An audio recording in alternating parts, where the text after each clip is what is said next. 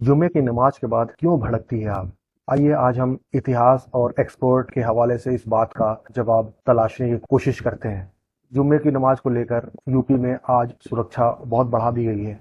सबसे ज्यादा कानपुर को हाई अलर्ट पर रखा गया है। यहाँ 3 जून को हुई हिंसा के बाद अभी तक तनाव कम नहीं हुआ है। हिंसा प्रभावित इलाके के 3 किलोमीटर का दायरा छावनी में तब्दील कर दिया गया है। पुलिस फोर्स, पीएसी और आरएएफ तैनात कर दी गई है। डीएम और कमिश्नर को गुरुवार रात को फोर्स के साथ रूट मार्च किया। इसके अलावा मेरठ, बुलंदशहर, गाजियाबाद, सहारनपुर, मुजफ्फरनगर, शामली, मुरादाबाद, कानपुर में भी सतर्कता बरती जा रही है।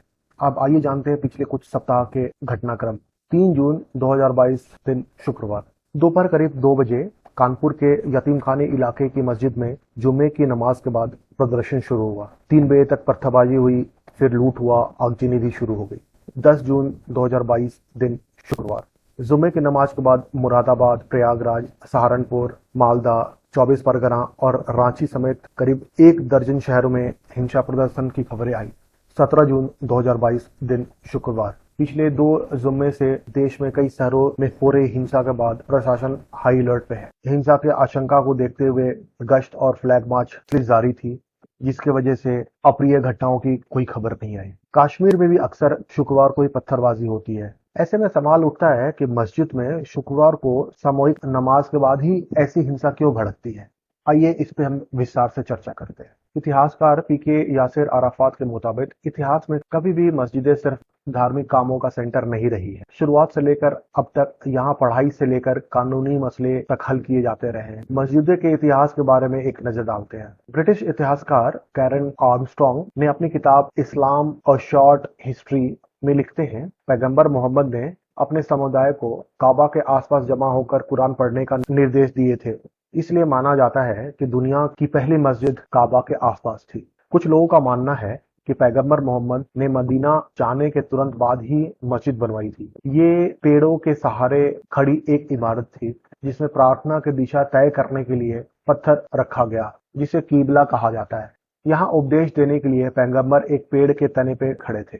इतिहासकार हेबा मुस्तफा अपनी किताब के एक लेख में लिखती हैं कि पैगंबर मोहम्मद के बाद मस्जिदों में न सिर्फ सामूहिक प्रार्थना होती थी, बल्कि समुदाय के मौजूदा मसलों पे चर्चा करने की भी जगह बन गई। बाद में इस्लाम एक पॉलिटिकल पावर बन गया, तब मस्जिदें और भी ताकतवर हो गई। उस वक्त की सत्ता के साथ वफादारी दिखाने के लिए खुतबा यानी उपदेश होने लगी। हालांकि कई बार राज्य के खिलाफ विद्रोह करने के लिए भी मस्जिदों का इस्तेमाल किया गया। भारत में अंग्रेजों के समय और उसके बाद भी मस्जिदों के जरिए सत्ता से उलट विचार जारी किए गए।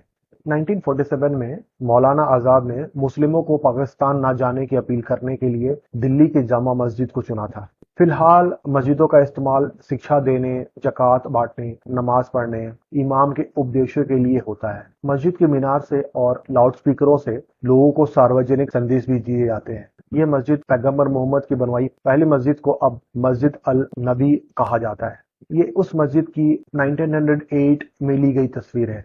जुमे की नमाज को मुस्लिम समुदाय को उपदेश देने का एक जरिया माना गया है। जुमे की नमाज के बारे में कुरान की सूरा 62 आयत 9 में लिखा गया है, ए ईमान वालो, जब जुमा के दिन नमाज के लिए पुकारा जाए तो अल्लाह को याद करो और दौड़ पड़ो और खरीद बिक्री छोड़ दो। मुसलमानों का मानना है कि अल्लाह ने शुक्रवार को इबादत के लिए खास तौर पर चुना है। शुक्रवार की नमाज के बाद आमतौर पर खुतबा यानी उपदेश जरूर दिया जाता है। पुरानी रिवायत के मुताबिक आजकल भी जुमे के नमाज के बाद धार्मिक से लेकर राजनीतिक मसलों पर भी टिप्पणियां होने लगी है। अब आइए जानने की कोशिश करते हैं कि शुक्रवार को नमाज के बाद हिंसा भड़कती क्यों है। शुक्रवार को होने वाली हिंसा के 2 फैक्टर काम करते हैं। पहला, मुस्लिमों का मस्जिद में एकजुट होना। दूसरा, सामूहिक उपदेश में धार्मिक राजनीतिक मसलों पर टिप्पणी करना। जुम्मे को मस्जिद में होने वाली तकरीर के बाद कई बार लोगों का आक्रोश बढ़ जाता है और ऐसी छोटी चिंगारी भी एक बड़ी हिंसा में बदल जाती है। पाकिस्तानी मूल के पत्रकार और लेखक तारिक फतेह शुक्रवार को होने वाली हिंसा के मसले पर कहते हैं कि मस्जिदों में काफिरों को खत्म करने की दुआ मांगी जाती है और राजनीतिक टिप्पणियों से मुस्लिम युवा भड़क उठते हैं। हालांकि इस्लामिक रिसर्च सेंटर के डायरेक्टर मौलाना शहाबुद्दीन रिजवी के मुताबिक हिंसा की घटनाओं को जुमे से जोड़कर देखना ठीक नहीं है। पिछले 2 जुमे की नमाज के बाद कुछ शहरों में जो हिंसा हुई, उसमें बाहरी लोगों का हाथ है। इस घटना का मस्जिदों और जुमे के नमाज से कोई लेना देना नहीं है। इसी के साथ हम आज की खबर को समाप्त करते हैं। अगर हमारा वीडियो आपको पसंद आया हो तो कृपया हमारे चैनल को लाइक, शेयर और सब्सक्राइब करें। चलिए फिर मिलते हैं अगले वीडियो में किसी नए टॉपिक के साथ। धन्यवाद।